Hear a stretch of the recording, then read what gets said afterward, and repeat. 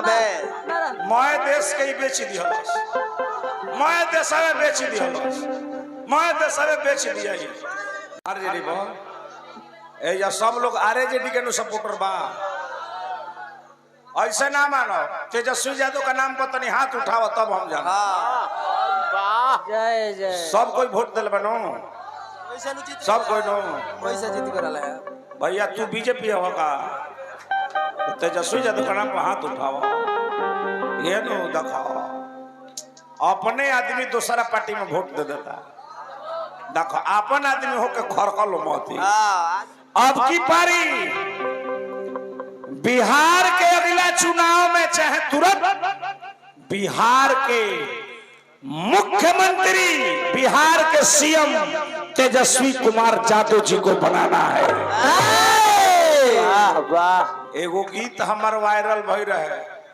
तेजस्वी यादव के पत्नी राजश्री यादव अपना फेसबुक से डाल रही, देखिए चाचा के नाम पर, आरजेडी के नाम पर हमारा कदल बने पुरस्कार।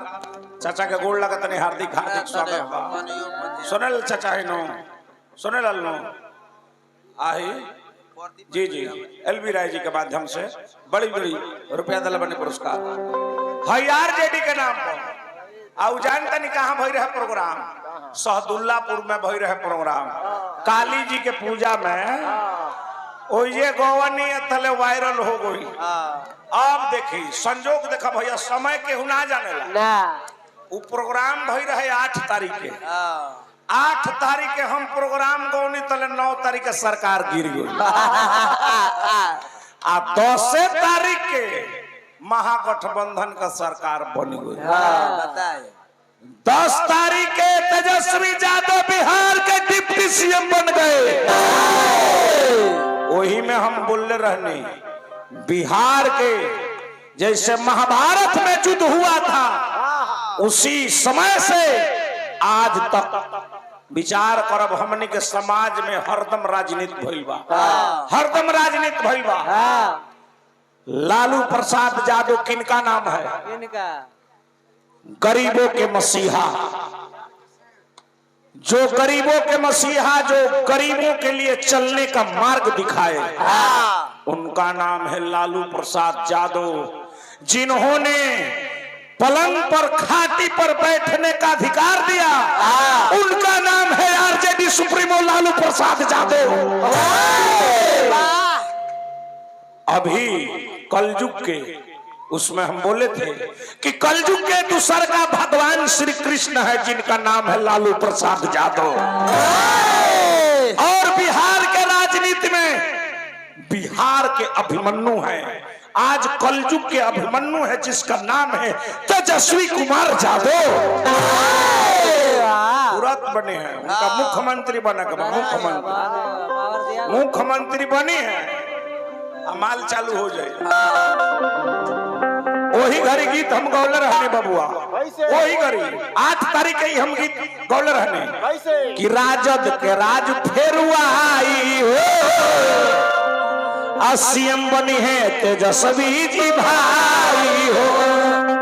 ए बबुआ दोसर पार्टी के नए में अब दाल गली हो। नचनिया खड़ा हो जा, अरे लालटेन जिंदाबाद बहो, राजभोग बबुआ।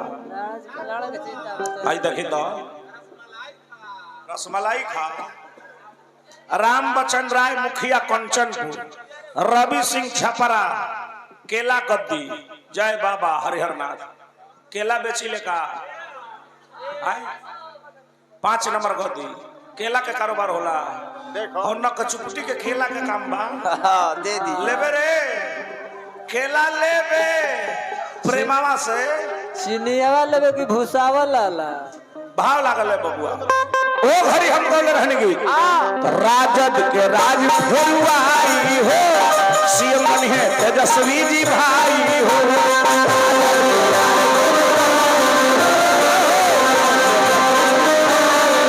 दोसर पार्टी के नया नया बदाल गली हो, दोसर पार्टी के नया नया बदाल गली हो।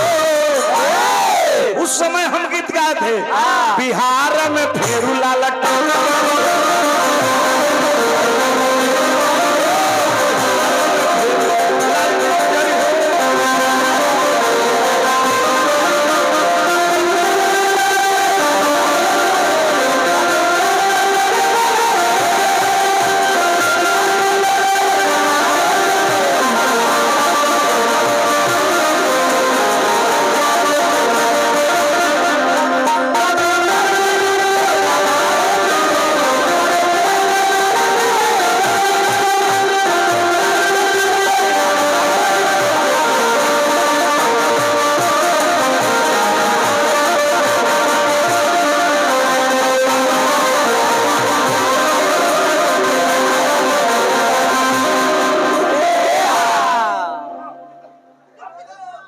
बक बक भाग जा, बक बक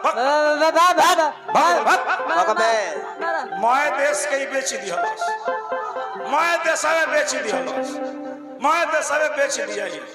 बताई भाव लगल है बबुआ। ओ घड़ी बिहार के तो लोग क्रिया खा ले बना के तेजस्वी के सीएम हो, बना के तेजस्वी के सीएम हो, बाबे लोग को है खाए में पीएम हो, बुढ़ा सब दिल के बाद विश्वास कली हो, बुढ़ा सब दिल के बाद विश्वास कली हो। आज मास्टर लोग के 35-35 हजार तनख्वाह होल बा, 40,000 के कर देन हो, लालू जी के देन हो। जाना घरी भर्ती निकल रहे वो घरी 1500 रुपया मिले, 1500 रुपया मिले 11 महीना खातिर भई रहे भर्ती शिक्षा मित्र में। आज मास्टर लोग के 40-40 हजार भइल बा तनख्वाह। एगो हिन करो भौजाई भइल बड़ी शिक्षा मित्र में ना आड़ी बाड़ी में, आड़ी बाड़ी बबुआ बूढ़ा संग दिल के बात विश्वास कली हो, बूढ़ा संग दिल के बात विश्वास कली हो। अब बिहार में भेरुला लटे नजर हो,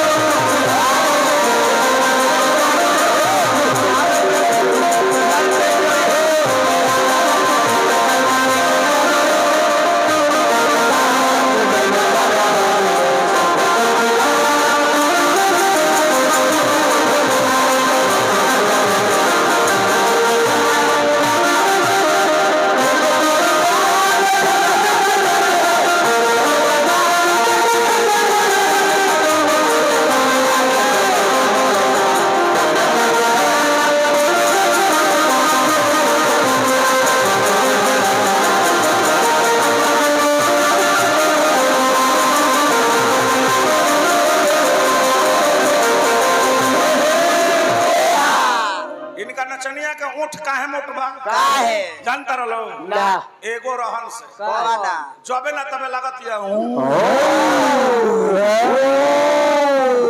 खाली बोले लेती है 40 रुपया के चोकोबार खाती है।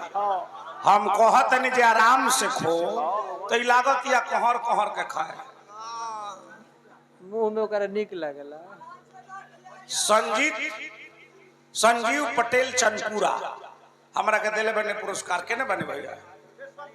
अच्छा नहीं आई बनी, हार्दिक हार्दिक स्वागत बा।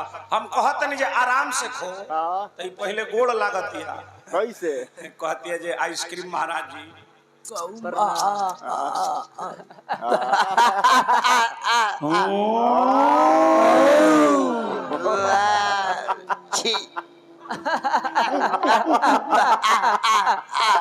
अरे तने रूर तोरा लाज नहीं खेला खाते आइसक्रीम में तेल लगा लेती है। सुनो कबो कबो तो आइसक्रीम में तेल लगा कहाँ है बहा लागल बिहार में रुका हो बीजेपी का सोचल बिया जौन महाराष्ट्र में खेला भइल तौने हम बिहार में कदी ओकर राजनीति रहे कि जौन महाराष्ट्र में शिवसेना के साथ में खेला भइल तौने हम चाल चल दी बिहार में।